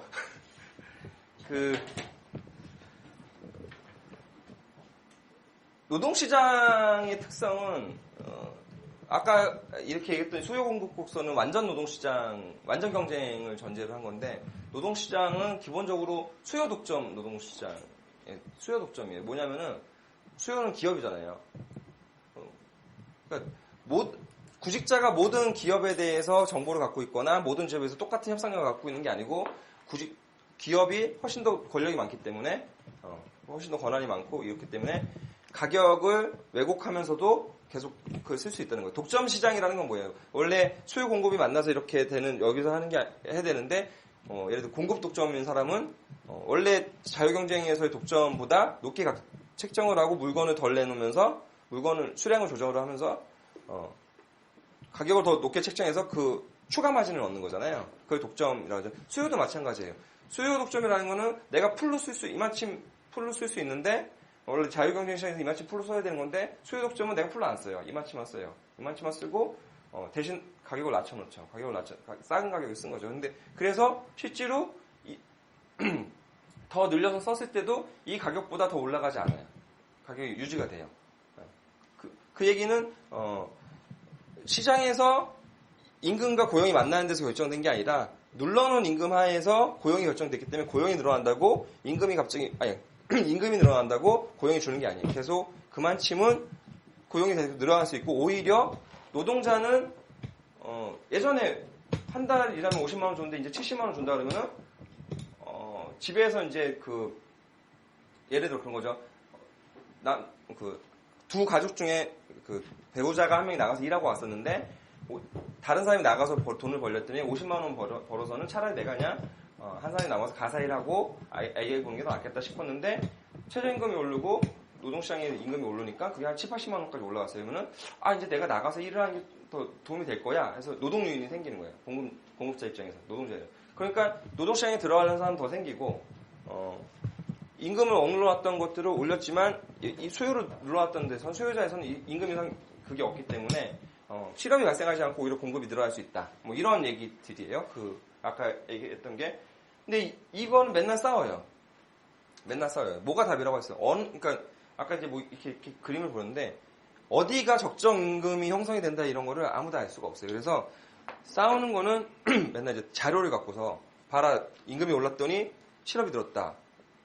그리고 똑같은 자료 갖고 똑같이 했는데 그래요. 아까 그 사람이 하고 났더니 다른 사람이 나와가지고 야 네가 거기 통계 잘못 돌려놓고 내가 봤더니 실업자가 늘었어. 뭐 이런 얘기를 막 해요. 미국에서 그거 갖고 15년째 한 20년째 계속 싸우고 있어요. 근데 최근은 대체로 급격한 최저임금 인상이 아닌 경우에는 최저임금 인상이 고용에 부정적인 영향을 주는 것은 발견되지 않는다라는 게 더 많이 나오고 있어요. 미국에서. 한국에도 똑같은 연구가 있어요. 한국에서도 2000년 초반부터 이런 연구들이 많이 발표가 됐는데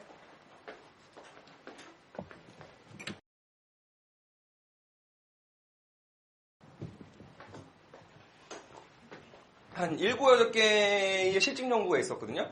근데 2개 정도만 고용이 줄었다라고 얘기를 해요. 그 다음에 나머지 한 5개, 6개는 고용에 아무런 영향을 최저임금 인상이 고용에 아무런 영향을 미치지 않았다라고 했는데 그 부정적인 영향을 미쳤다라는 연구는 전체 노동시장에 대한 연구가 아니고 부문 노동시장에 대한 연구예요. 하나는 아까 얘기했던 최저임금 인상에 따른 아파트 경비원 얘기. 이건 실제로 그 실증 결과가 최저임금 인상에 따라서 경비원 수가 줄었다라고 하는데 확실히 알 수가 없어요. 왜냐하면 아파트 경비원 같은 경우는 임금 효과인지 기술 도입 효과인지 이게 좀 이 통제를 어떻게 하는지도 모르겠고 기술 도입이라는 건 그거죠. 요새는 아파트 지으면 다 뭐 하나요? 삐삐삐삐삐 CCTV 아니 삐삐삐삐 하잖아요. 삐삐삐삐 그죠? 옛날에는 아파트가 이렇게 있으면은 이렇게 해가지고 이렇게 입구에 2집씩 있으면은 이 입구에도 한 사람 있고 이 입구에도 한 사람 있고 뭐 아니면 최소한 2동을 이렇게 있었잖아요. 근데 지금은 여기다가 삐삐삐삐삐 달죠? 그러면은 아파트를 한 사람이 이만큼을 한꺼번에 다 관리할 수 있어요. CCTV 달아놓고 삐삐삐삐 하면 이 효과인지 체임 효과인지 알 수 없어요. 그리고 또 하나는 또 하나의 연구는 55세 이상하고 25세 이하를 살폈는데 최저임금을 올렸더니 이 사람들이 실제로 고용이 줄어버렸어요. 근데 혹시나 해서 봤더니 요 사이 인구의 고용이 늘었어요. 그 얘기 뭐냐면은 여기가 주 경제활동 계층이잖아요. 사실은 뭐 이제 그렇게 나누기는 그렇긴 하지만 주 경제활동 계층인데 3,000원 주던 거를 4,000원으로 하니까 이 사람들이 경제활동을 안 하다가 들어간 거죠. 그러면서 이 사람들을 약간 밀어낸 효과가 있는 거예요. 그러니까 여기서 없어진 일자리가 일로 간 거죠. 혹은 여기 있던 사람들이 이렇게 가서 일자리 잡은 거죠. 그래서 이 계층은 줄었는데 이 계층은 늘었어요. 그래서 이 부모는 최저임금이 올라가면 당연히 어떤 직종은 일자리가 줄 수도 있고 어떤 직종은 늘어날 수도 있어요. 어떤 직종, 그러니까 노동자 전체 소득이 그러니까 전반적으로 저임금 노동자 소득이 늘면은 소비가 늘어나서 그것 때문에 새로 다시 일자리가 생기고 이렇게 될 수도 있어요. 반대로 임금이 늘어나면 기업은 고용하기 힘들어서 문을 닫아버릴 수도 있어요. 사람을 줄이거나. 그렇죠? 이런 효과들이 다 있어요. 근데 이거를 부문만 갖고 따지면은 입맛에 맞는 놈 따지면 이기는 거죠. 우기면 되니까. 그래서 근데 지금까지 부정적인 효과는 다 이렇게 부문 노동시장에서만 발견이 돼서 전체 노동시장에서는 부정적인 효과는 발견된다고 나온 보고는 없어요. 한국에서도 최저임금 인상이 고용에 크게 영향을 미치지 않는다. 이런 얘기들이 더 많이 나왔어요.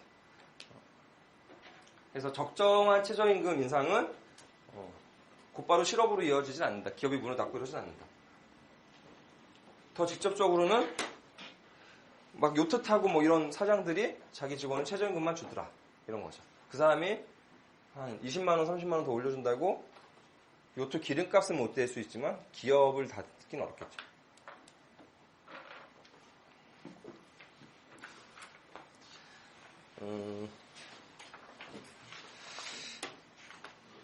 그래서 경제효과는 뭐 대충 그렇게 되고요. 뭐 사람들 만나서 최저임금 올리면 경제가 안 좋아지지 않느냐 하면 이런 얘기들을 하시면 될 거예요. 그래서 마지막에 최저임금 위반에 대해서 얘기는 그냥 참조하세요. 최저임금은 계산해봐야 아는데 그런 거 있어요. 올해 최저임금이 4,860원인데 아까 말씀드린 것처럼 209를 곱하면 101만 원 정도 나오거든요. 근데 예를 들어서 최저임금 노동자들은 포괄산정임금이라는 걸 계약을 많이 하거든요. 그러니까 뭐냐면 계약서를 어떻게 쓸까요? 임금을 하면은 기본급 얼마, 뭐 무슨 수당 얼마 이렇게 하잖아요. 근데 이렇게 안 해요, 계약서를. 그냥 한 달에 너 하루에 10시간 일하고 한 달에 이틀 쉬고 2일 휴가고 그러면 120만 원 줄게. 이렇게 계산하거든요. 이렇게 그 영세 사업장 같은 게 이렇게 하는 경우가 맞아요. 이거는 최저임금 위반일까요, 아닐까요, 이건? 계산해봐야 알겠죠. 아까도 얘기했지만 10시간이면은 기본 2시간 오버타임인 거죠. 2시간 오버타임인 거고 한 달에 2번 휴가라는 거는 휴일 근로를 이틀을 더 한다는 얘기예요. 그죠? 그렇게 된 거죠. 그래서 막 계산을 해봐야 되는데 이 계산식이 아까랑 똑같아요. 자, 그냥 한번 해보죠. 10시간이라고 이틀, 2일 휴일이고 120만 원 준다. 하면은 10시간이면은 기본 노동 시간은 이분이 어떻게 될까요? 2일 휴일이라는 거는 2주에 한 번 쉰다는 거잖아요. 그죠? 2주에 1일 쉰다는 거고 그럼 기본 노동 시간이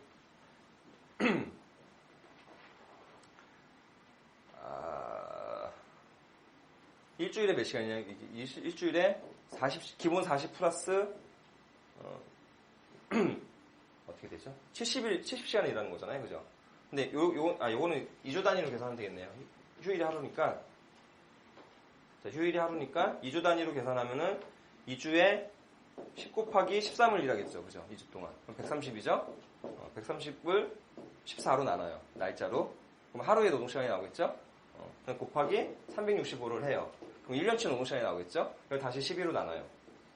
그러면은 130 곱하기 14니까 띵 12 4 50 520 130 1820 맞나?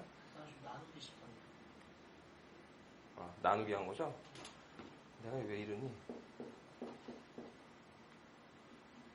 아이패드를 쓰죠. 28.4. 계산기 있어요? 네, 이것 좀 계산해 주세요. 28.4요. 예? 28.4 나와요. 282.4. 282.4요? 한 달 노동시간이 이렇게 되는 거예요. 282.4. 그죠? 그러면은 209시간은 주 40시간 적용을 한다고 치면 209시간은 정규 노동시간이죠. 나머지 빼면은 그냥 이거 뺄게요. 4는. 그러면은 73. 73시간은 곱하기 1.5를 해서 임금을 줘야 돼요. 그죠? 그러면은 게다가 2일밖에 휴일을 안 줬으니까 또 이틀은 저기로 줘야겠죠. 유급수당을 줘야겠죠. 유급휴일 수당. 이것도 1.5 곱해야겠죠. 그러면은 8 곱하기 5 1.5 하면은 띵 3, 24시간. 24시간 더 포함시켜야 되네. 그러면은 전체 209에다가 24시간치 임금에다가 이게 아까 73시간이었죠. 73 곱하기 1.5를 해야겠죠. 노동시간으로 저기 따지면은 이게 몇이 될까요? 15, 35, 36, 73. 대충 100 나오네요. 그죠? 100. 그러면 다 더하면 3, 한 330시간씩 임금을 받아야 돼요. 그러면은 4,860원에 330을 하면 되거든요. 그럼 나오겠죠. 대충 얼마일까요? 때려주세요. 이거 한번. 160원. 네. 5,000원. 5,000원 너무 많고 임금은 정확하게 계산해야 되니까. 333에서 3 땡거. 정확하게. 얼마 나와요? 48. 제가 계산해볼까요? 옛날에 이런 거 수학 잘했는데. 띵.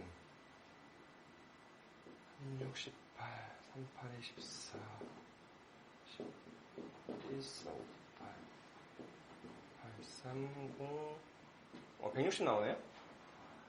160 받아야 돼요. 그죠?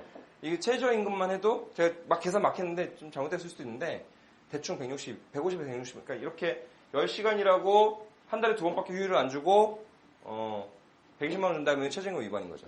그죠? 이거를 그냥 102만원, 최저임금 한 달치 102만원이니까 이렇게 하면 안 돼요. 그래서 이렇게 주는 경우가 있고, 그 다음에 이제 뭐, 워낙 시급 5,000원 때려주고, 일주일 했는데, 8시간씩 40, 5,000원, 20만원 이렇게 주는 경우 많죠. 이것도 이거 최저임금 위반인 건 이제 너무 유명해져서, 카페베네 때문에. 그러니까 40시간을 일하면은, 주당 40시간을 일하면은, 유급휴일 8시간을 더 줘야 돼요. 무조건 곱하기 20을, 그러니까 0.1을 더 줘야 되는 거예요. 15시간 미만이 아닌 경우. 그러면 시급 5,000원, 일주일 40시간, 그래서 20만원 하면은 최저임금 위반. 이렇게 되는 거죠. 이거는 나중에 상담을 하시거나 뭐 할 때, 인터넷에 소정근로시간 뭐 이런 거 계산하는 법이 있거든요. 그거를 계산을 하셔서, 이렇게 뭐 가중치 두고 하시거나 아니면 아는 노무사한테 전화를 하시거나, 예전에, 2년 전에 그 당에서 최저임금 앱을 만들었었죠. 어플리케이션을 만들었는데, 별로 안 쓰는 것 같아서 그거를 다시 업데이트를 안 하고, 거기 도움을 주셨던 분은 아마 다른 당으로 가신 걸로 알고 있고, 그때는 당신 당원이었는데, 업데이트를 안 했는데, 거기다 넣고 이렇게 때리면 대충 이 정도는 나오는, 제가 이렇게 막 했던 정도는 나오는, 이건 정도는 돼요. 그래서 이렇게 보시면 되고요. 뭐, 9시 반이네요. 저 1시간 조금 넘게 했어요. 1시간 반 했구나. 8시 다 돼서 시작해서. 뭐, 재밌으시면 제가 통상임금도 해드릴 수 있어요. 통상임금은 다음 기회에. 요즘 또 좀 더 자세하게 공부해야 될 필요가 있죠. 통상임금이요? 간단하게 제가 한 10분, 15분만 정도 이렇게 프린트해가지고. 다음 시간에 하는 게 좋을 것 같아요. 지금 저희가 7시 반. 예, 그럼 질문하실 분들. 덥다. 이거는 다 같이 고민을 해야 되는 문제겠지만 사실 그 길에서 짧은 시간 안에 예. 5,910원. 전단지를 돌려서 반응을 얻고 하는 시간이 대략 뭐 기술적으로 많이 붙잡아봐야 한 3초가 안 될 거예요. 근데 그 시간 안에 가장 효과적인 방법으로 설득력 있는 어떤 한마디를 해드려야 한다면 뭐가 좋을지 그런 것들을 좀 같이 고민을 해봤으면 좋겠는데 우리 사실 최저임금 오른다고 해도 몇 주 전인가 경희서 당시 최저임금 그런 얘기 있었는데 최저임금 아무리 올려도 임금 수준 그대로 되는 방법들은 정말 피하는 방법이 많잖아요. 그래서 그것들을 어떻게 공격을 할 것인지에 대해서 좀 고민을 좀 해봐야 되지 않을까. 노조를 만들어야죠. 제가 볼 때 그러니까 어떤 거냐면요. 아까 이제 감난 노동자 얘기했잖아요. 청소하고 저기 식당도 그렇고. 그러니까 아까 제가 이제 10시간, 월 이틀, 휴일, 120만 원 이거 최저임금. 이런 고용 형태가 제일 많은 데 중에 하나가 음식점이죠. 음식점. 아침에 10시에 나가서 밤 8시까지 일하고 뭐 이런 경우 많잖아요. 그래서 이렇게 일하는데 이분들이 120만 원 주는데 최저임금 위반이니까 무슨 일을 하냐면은 일단은 3시부터 5시까지 가게 문을 닫아요. 내지는 가게에서 내쫓아요. 휴게 시간이라고 우기는 거예요. 휴게 시간 이건 이제 근로계약을 이렇게 맺으면 빼도 박도 못 해요. 근로계약을 만약에 중간에 이렇게 휴게 시간을 넣고 이거 아니면 너 안 써 이러면 빼도 박도 못 하거든요. 근데 만약에 휴게 시간은 또 이제 그 근로기준법상으로는 아무것도 터치를 못 해. 사업주가 휴게 시간은 내가 어디 가서 했든 왜냐면 그 시간은 내 시간인 거죠. 임금을 안 받는 시간이 내 시간이기 때문에 어디 가서 누워있든 뭘 하든 상관이 없어요. 뭘 시켜도 안 되고 당연히 점심시간도 마찬가지로 오늘 이제 한겨레신문 점심시간 얘기 나왔잖아요. 점심시간에 브레인스토밍 한다 뭐 이런 거 있잖아요. 그런 것도 이제 걸면 걸리긴 걸려요. 브레인스토밍 했다는 거를 뭐 하루 맨날 상사가 그런 걸 한다 그러면 맨날 그걸 적어놨다가 나중에 노동부에 진정해가지고 연장 근로인데 안 줬다 이렇게 하면 걸리긴 걸려요. 점심시간에. 근데 그렇게 걸리면 간이 커야겠죠. 혼자서 하려면. 그죠?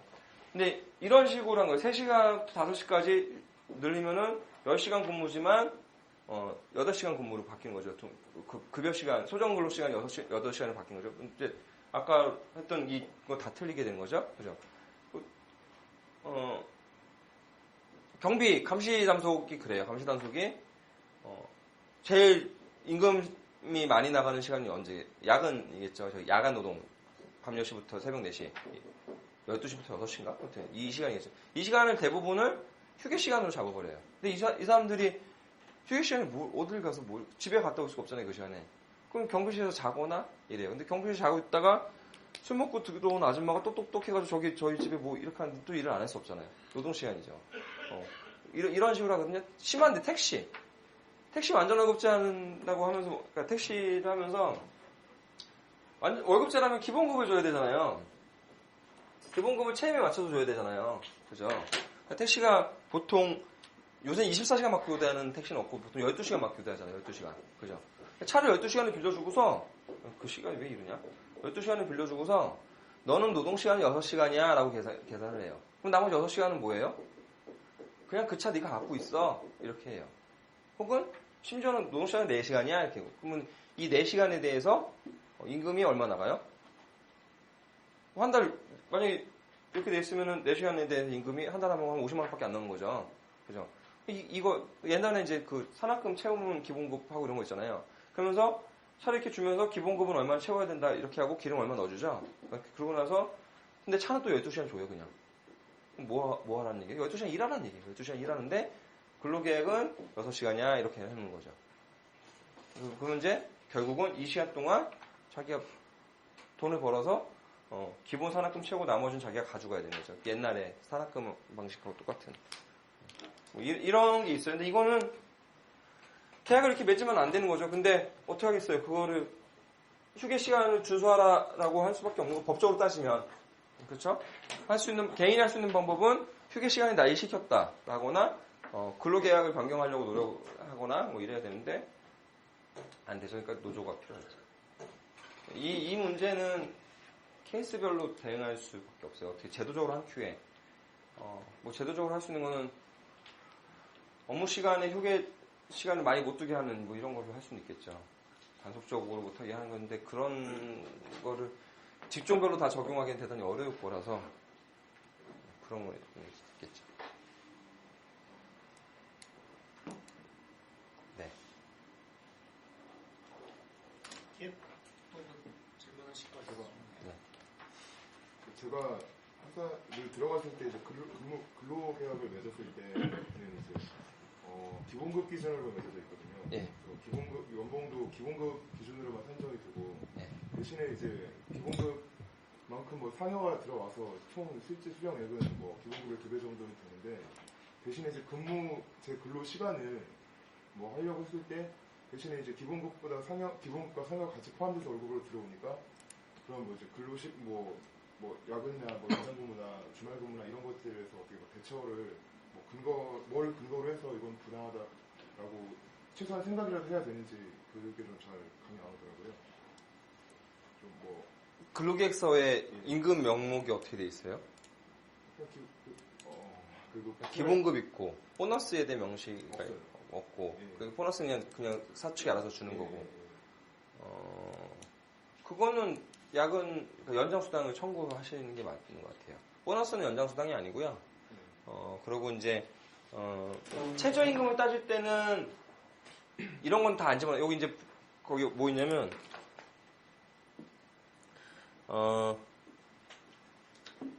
최저임금 위반 이럴 때 의심해보세요 해서 바깥 교통비 보너스 야근수당은 최저임금에 안 들어가요 이렇게 돼 있거든요. 그래서 최저임금 자기 노동시간에 따라서 따지는 건 기본급만 따지는 거예요. 정액급에만. 정액급에 기본급만 따지는 거고 예를 들어서 뭐 100만 원을 주기로 그러니까 110만 원을 주기로 하고 110만 원을 주기로 하고 뭐 그 사람이 밥값 10만 원 그러면 교통비 10만 원 이렇게 더 줬어요. 예를 들어서 90만 원 주기로 하고 밥값 10만 원 교통비 10만 원 그래서 너 110만 원 맞춰줄게 이렇게 했어요. 이건 최저임금 위반이에요. 딱 40시간씩만 일했다 하더라도 왜냐면 식비하고 밥값은 최저임금 산정이 안 들어가거든요. 최저임금 그 대상이 안 들어가거든요. 그래서 재계는 이런 것도 다 집어넣자고 하는데 아까 말씀하신 대로 기본급 주고 보너스를 줬는데 연장 근로에 대한 것들을 따로 책정해 주지 않았다면 보너스는 회사가 정말 보너스로 주는 거잖아요. 계정명은 어떻게 되죠 그러면? 그 보너스라고는 안 쓰잖아요. 뭐 상여라든가 뭐 그런 식으로. 네, 상여금. 정기 상여금에도 상여에는 포함이 안 되는. 네. 그래서 거군요. 그거를 그냥 n분의 1로 나눠서 넣어버리는 경우, 그러니까 아까 이제 말씀했잖아요. 그러니까 이제 예를 들어서 그 전에는 80만 원씩 주고 옛날에 이제 뭐 최저임금이 한 75만 원 정도 할 때 80만 원씩 주고 400% 보너스 줬었다 이렇게 됐어요. 그러면은 연 얼마 받죠? 1080에다가 32, 320, 1,400만 원을 받았겠네요. 그죠? 그 전에는 그러니까 80만 원씩 주고 400% 보너스 준다 그러면은 연 1,400만 원이 들어오는 거였어요. 그죠? 400% 너무 아닌가? 일단 계산을 편하게 해서 200%라고 하죠. 200% 하면은 1810에 띵 160이니까 대충 1200 얼마 줬던 거겠죠. 근데 이게 이제 최저임금이 만약에 110만 원이 됐어요. 그러면은 얘를 이렇게 올리냐 하고 얘도 같이 올리냐 그게 아니고 이 사람들이 어떻게 하냐면 이걸 없애고 이거를 12분의 1로 나눠요. 그래서 여기다 다 집어넣어요. 그러면은 100만 원씩 되겠죠. 100만 원 안 되네? 160이니까 뭐 90 얼마 되겠죠. 요거를 그래서 그런 식으로 맞춰요. 보너스를. 최저임금을 피하려는 사업장들은 이런 식으로 하거든요. 근데 이걸 놔두고서 연장근로를 시키거나 그거에 대해서 또 대가를 안 주는 거는 그건 이렇게 기록해놨다가 체불로 싸울 수 있어요. 그럼 사소한 거 하나만 더 여쭤보고 그 10대는 이렇게 잠시 한 끼인가요? 그 뭐냐 추가 그러니까 아니요. 그 회사마다 다 달라요. 그러니까 근무 시간이 뭐 보통 9시부터 7시까지 8시간이라고 하면 그럼 밥 시간이요? 예, 밥 시간. 보통은 1시간을 주는데 그거는 다 근로계약서에 써있게 돼 있어요. 아니, 시간 말고 그러니까 저기 회사에서 인정하는 식비. 그러니까 식비는 꼭 줘야 되는 급여는 아니에요. 회사가 그거 이제 책정해 놓는 거예요. 그 식비를 안 주는 회사도 있죠. 뭐 저임금 노동자들은 근로계약서가 되게 단순해요. 기본급, 연장수당 이거밖에 없어요.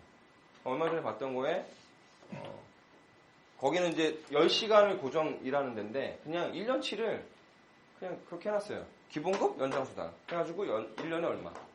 최저임금에 딱 근로기준법에 위배되지 않을 정도로 연장수당을 미리 다 책정해놓은 거죠. 이렇게. 그래서 한 달에 얼마 이렇게 책정해요.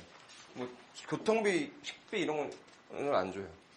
그러니까 안 주는 게 맞는데 그러니까 저는 그냥 안 주는 게 맞는 건 아니고 회사가 주고 싶은 주고 받아내면 받는 거죠. 그 뭐지 최저임금 산정할 때 교통비하고 식비는 제외하고. 네, 제외해요.